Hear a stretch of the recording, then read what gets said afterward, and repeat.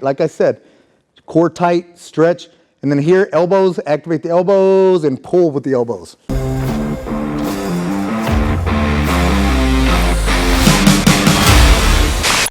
Hey, what's up guys? Gary Walker here with liveanabolic.com and welcome back for another video. In today's video, I'm going to give you the best back workout with dumbbells for beginners, okay? As a beginner, you have to do things a little bit differently to optimize your back training. That being said, let's get started. Okay guys, before I show you the actual exercises you need to be doing for your back if you're a beginner, if you haven't already subscribed to our channel, please subscribe to our channel. Also make sure you click on that little bell icon. That way you get notified every time you upload a new video. All right, here's the thing when it comes to back training. Back training is one of the hardest types of workouts you can do because you can't see your back. When you're working chest, you see it in the mirror. When you're working arms, you can look down and see what you're doing. Same with your shoulders, you can see yourself in the mirror. However, when you're working back, a lot of that's neglected because you don't see what you're really doing. You don't see the muscles actually working and moving, stretching and contracting. So to work your back, you really have to make sure you're doing everything correctly. One, loosen or lighten up the weight so that you can really focus on your mind-muscle connection. That's one of the key things. Really imagine your back stretching in the stretch positions and squeezing together and contracting in the contracted positions, all right? Also, when you're working your back, one other thing I really want you to mentally focus on is allowing your elbows to be the drivers, okay? As if you're a puppet and you got a puppet master. There's strings attached to your elbows and they're pulling you back. When you have dumbbells, your hands are like hooks. You're holding onto them. You're not squeezing, you're not crushing the weight and pulling back with your arms. It's more of a relaxed grip as hooks and then pulling back with the elbows. Elbows pull back and then squeeze those lats together at the top of the movement. All right, so that being said, with that, the first thing we're gonna show you is a dumbbell pullover. Here's the thing I like about the pullovers. Pullovers is also going to help stretch your lats out. It's a really big, deep stretch, and it's more of an old school exercise. There's not a whole lot of people actually do this anymore, but one of the benefits of this is it's also gonna help give you some mobility in those shoulders, all right? So take it as deep as you can comfortably go the first couple of reps.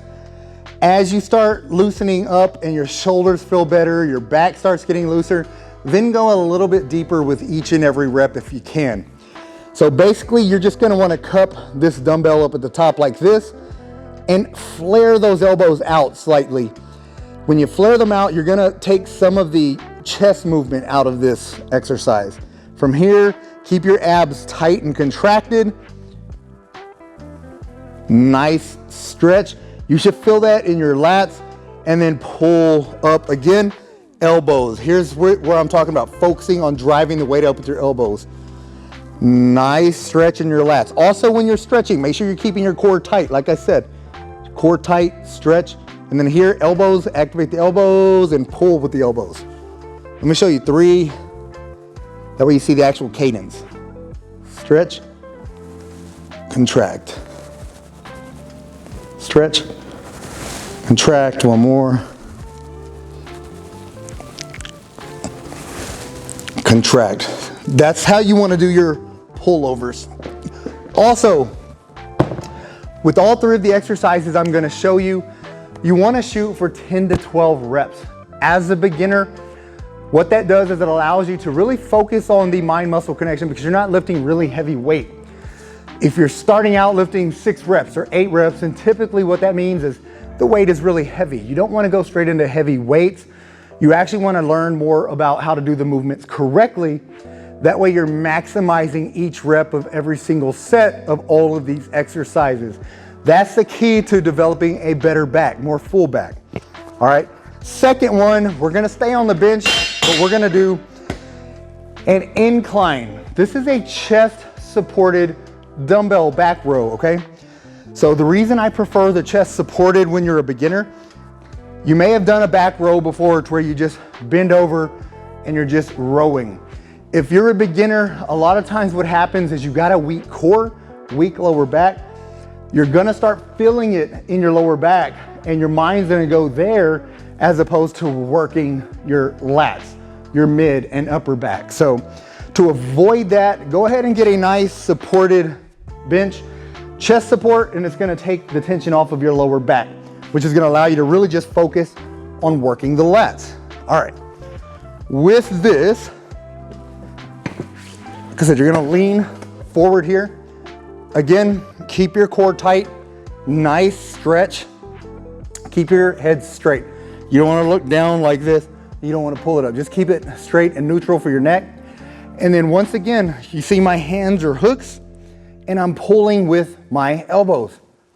Just like that, about a 2-second contraction and nice slow on the stretch. Pull back, 1001, 1002. That 2-second contraction is actually gonna help you develop that mind muscle connection as well. You're really gonna feel this in your lats by doing this. This is what I want you to do as opposed to crushing the dumbbells and pulling. You'll notice the difference right there. That's a lot of bicep and arm work. If I'm just pulling, I'm working bicep and arms. When I'm relaxing my grip and focus mentally on my elbows being the drivers, you'll notice the difference of the dumbbells. This is a lot more beneficial for your lats. Show you a couple more. One more.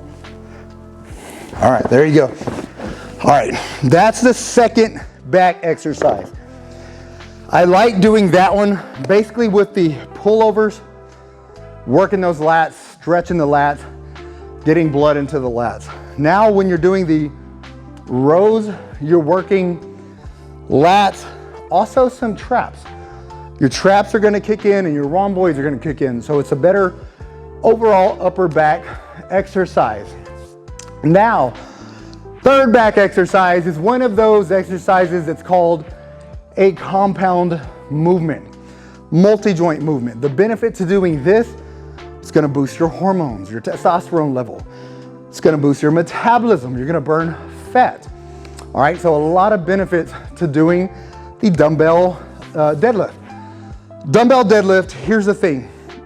We focused on working upper back, focus on working mid back traps, all while supporting the lower back.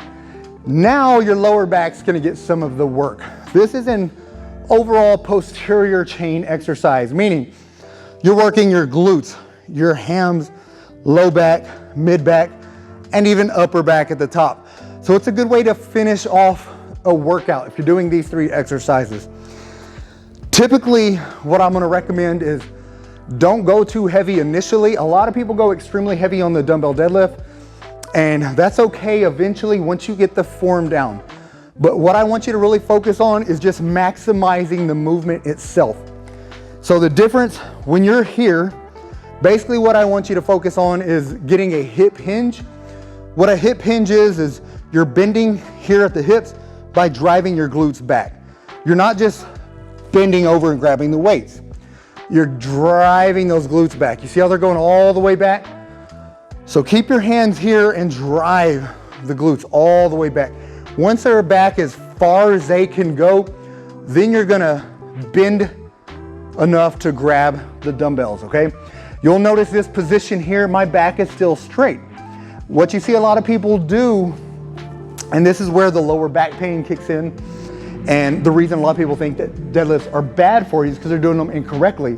And basically all they're doing is bending over, and you see the difference there. I've got a rounded lower back. I'm all the way bent over. You don't want to do that. So once again, let me show you one more time, and then I'll do a few of these reps for you.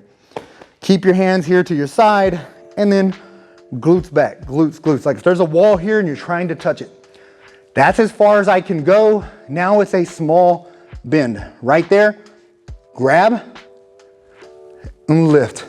Go ahead and get that tall extension.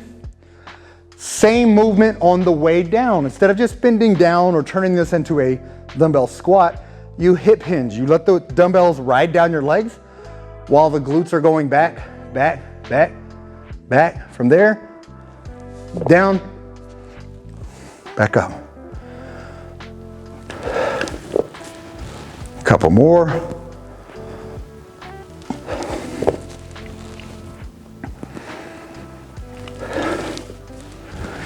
All right, that's how that should look.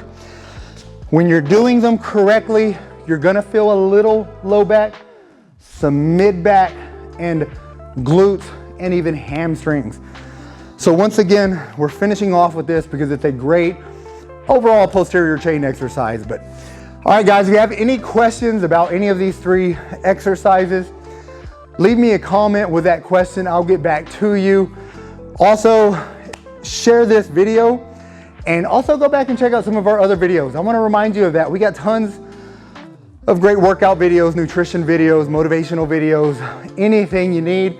So go back through, man, and check out some of our other videos. That being said, that's all I got. Get busy, get after it, and God bless.